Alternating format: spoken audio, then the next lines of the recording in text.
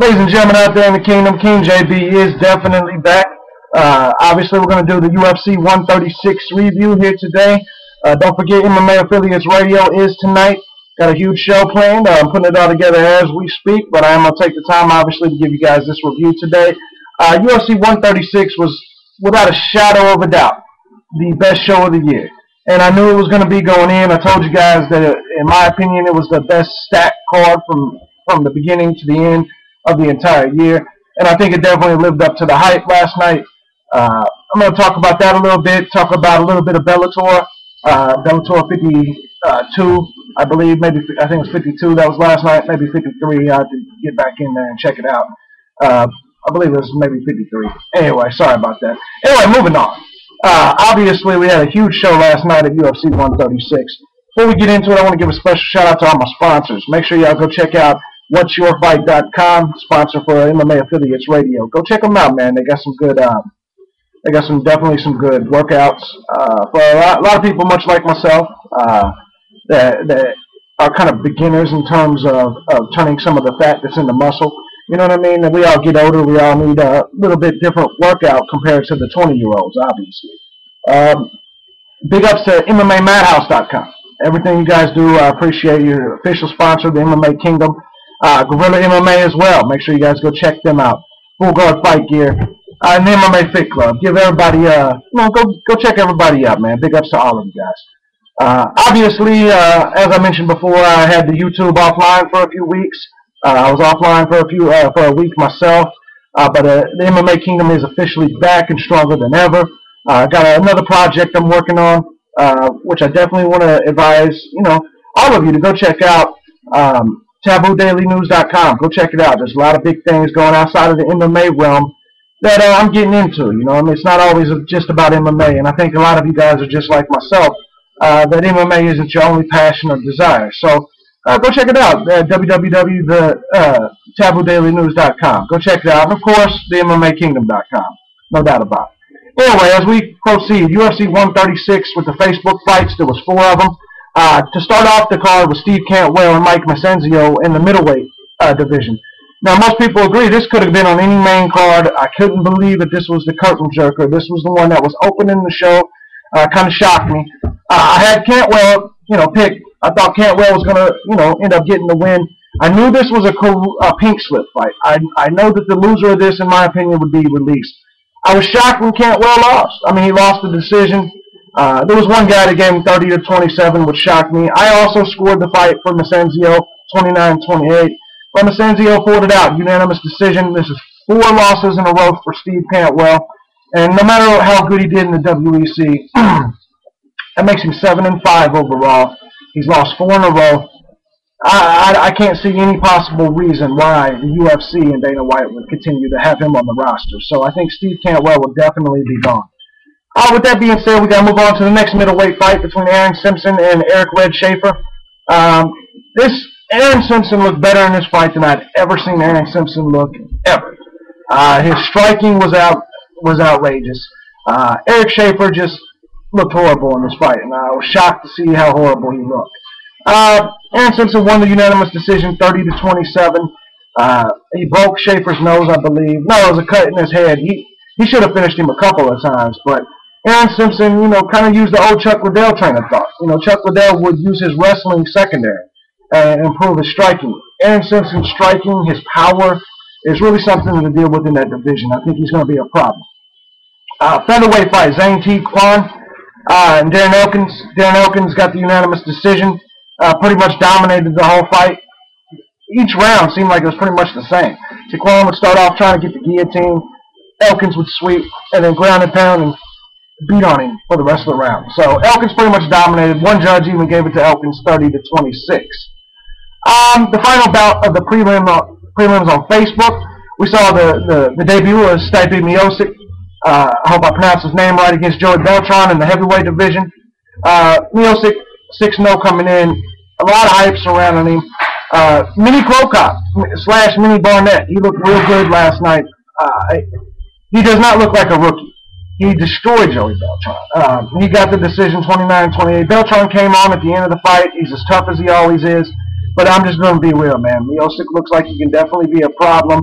He is I think he's Miracle Crow Cop 2.0. He even had the Crow Cop shorts on last night. So I think we definitely got an interesting new heavyweight in the UFC. Lightweight fight. Anthony Pettis. This is on Spike TV, the prelims here. Anthony Pettis and Jeremy Stephens. We all knew it was going to be a good fight. It definitely was fight of the night material. Pettis got the split decision at the very end. A lot of people thought Stephens won it. It was real close. But Anthony Pettis, he's not as impressive to me as he is a lot of you guys. I do like him. I do think he's okay.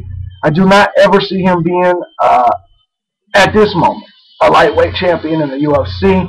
Not when there's still Gilbert Melendez coming. I just don't see it personally. I know a lot of you guys are on this hype train. I just don't see it. I think against the Ben Henderson, I think if he fought Ben Henderson again, Ben Henderson would win the fight. That's just the truth. So if you don't agree, that's fine. But anyway, then we had Damian Maia, who got the unanimous decision over Jorge Santiago in the middleweight fight. Neither one of these guys had ever been submitted, so I was kind of hoping to see Maia get the submission of the night here and take him out. That's not quite the way it happened, but Maia got the unanimous decision, 30-27, dominated the entire fight, kept taking him down at will. Just a grappling, he made a Brazilian black belt and Santiago look like he had never even took a jiu-jitsu class. Just being honest, all Santiago did was defend. He never showed any real offense. Now we're going to move on to the pay-per-view. I told you motherfuckers that Joe Louise on J-Lo was a dangerous fight for Melvin Guillard. I knew Melvin Guillard should not have taken this fight if he wanted to remain as a top contender for the 155 title. But I commend him for having the nuts to do it. I said it before the fight that if Melvin Guillard has any of that shit that he has where his mental mistakes come into play here, that Joe Louise would submit him in a hurry. And I'll be goddamn. It's exactly what happened. I believe it was 57 seconds into the fight, 47 seconds into the fight, Joe Louise got the submission win. Melvin Guillard, obviously, no longer a top contender. Leonard Garcia, Nam Fan, another great fight by these two. By the way, Louise got a rear naked choke. That's how he got the submission. But anyway, Garcia and Fan, another great fight. Fan, he dominated for the first two rounds. I give Fan his props, but it was close enough to where it was definitely fight of the night, fight of the year candidate, no question about it.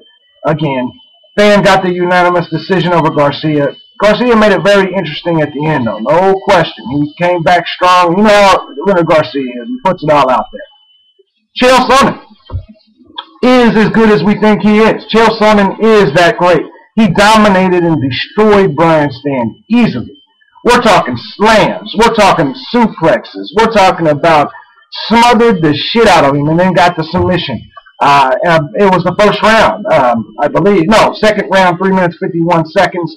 The arm triangle choke. All you people talking about Sonnen in these triangles, he submits Brian Stann with the arm triangle. So, I mean, the bottom line of it is Chael Sonnen looked very good. I think he's definitely the #1 contender for Anderson Silva. I don't necessarily say that he's going to beat him. I don't necessarily think he's going to beat him. But at the same time, I do think that Anderson Silva will have a fight on his hands. No question about it. Now, as we proceed, the featherweight championship. Jose Aldo, Kenny Florian. Jose Aldo, he obviously got the win in unanimous decision. Florian looked real good in round one. I really thought that Florian was going to put up the closest fight Aldo's ever had. It ended up not necessarily being that way. Around the third round, Aldo got in there, got his kicks in, and started, scoring serious points. Big ups to Kenny Florian, though. He fought his heart out. It was definitely a good fight, but Jose Aldo got the decision at the end. I think a lot of us knew that was coming. Frankie Edgar, Gray Maynard, I thought we were going to see fight 2 all over again. Gray Maynard, I scored round 1, 10-8 again for Maynard. He came out, did the damn thing, but Edgar fought back, and he fought back, came back. Fourth round, 3 minutes, 54 seconds left. He knocks out Gray Maynard. Yes, I said it. He knocked him cold. That was it. Gray Maynard, obviously, he can't argue that he needs a rematch now. Bottom line is, Maynard was knocked out. Frankie Edgar really is the UFC lightweight champion. We got to see Gilbert Melendez and Frankie Edgar now. That's the fight that I feel we have to see after UFC 136. Not to mention Chael Sonnen and Anderson Silva. Quick word on that. Chael Sonnen did get on the mic and challenge Anderson Silva to Super Bowl weekend. He basically said that Chael Sonnen would put his career on the line if Anderson Silva would put his stay in the division on the line. He said, if I win, you leave the division. If you win, I'll retire I'll leave the UFC. A lot of people are criticizing it, saying it's WWE type shit, but who really cares, man? It's fun. It's interesting. I like it. I can't wait. I hope they sign it for Super Bowl weekend. Let's make it happen, man. That's the weekend I'm moving to Florida. I'm loving that whole shit. Anyway, man, I just wanted to, obviously go through the card. I thought it was great. The fight of the night was Pham and Garcia. Knockout of the night, obviously Frankie Edgar, and the submission of the night, obviously Joe Lauzon. They each got $75,000 for the troubles. Now, with that being said, great show. In Bellator, we now have Ben Saunders. He's going to be fighting my boy, Douglas Lima, in the finals, man. Both of them recent guests on MMA Affiliates Radio. Winner of that, obviously, is going to move on. But I think it's a great finals. It's the finals that I predicted from the beginning of the tournament. And we're there. So I'm really happy to see that fight. It was once again a great show last night, UFC 136. I'm looking forward, obviously, to the next show, 137. We got a huge one coming. With that being said, King JB, MMA Kingdom. I'm out this bitch. Love y'all. Peace.